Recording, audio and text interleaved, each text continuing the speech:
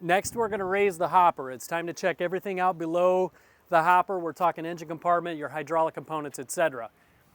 Anytime you have this hopper in the raised position, we should have safety props engaged, whether those be manual safety props on your hopper cylinders, or just as this machine is equipped with the auto safety props, you're going to notice this hopper's raised.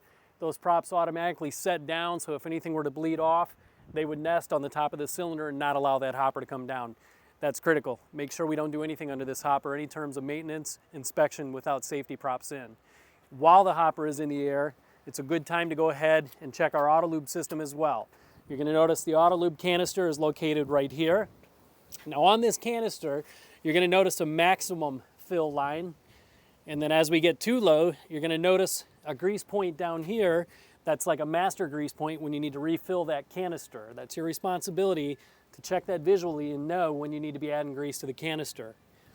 Now, it's very important that over time, on occasion, you do pull an individual grease line and make sure that this thing is cycling as it's supposed to.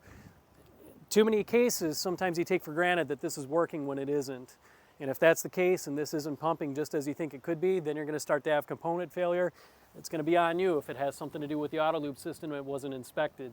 You do have the ability to actually manually mechanically rotate this and actually run a cycle.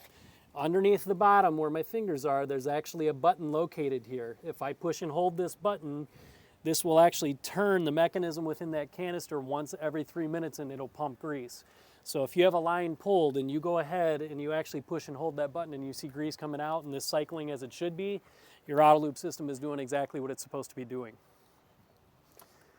From there, we're just going to do visual inspection underneath. Do I see any kind of hydraulic oil leaks? Do I see hose leaks? We're going to check our fittings. We're going to check our filters. It's easy to see if you have something leaking because you do get dust and dirt and moisture up under here. So if that oil is leaking anywhere around a loose filter or loose fitting, you're going to notice a buildup of that dirt and grease located under there. At that point, let's clean it off. Let's see where the leak is coming from. Let's tighten it up before we go to work.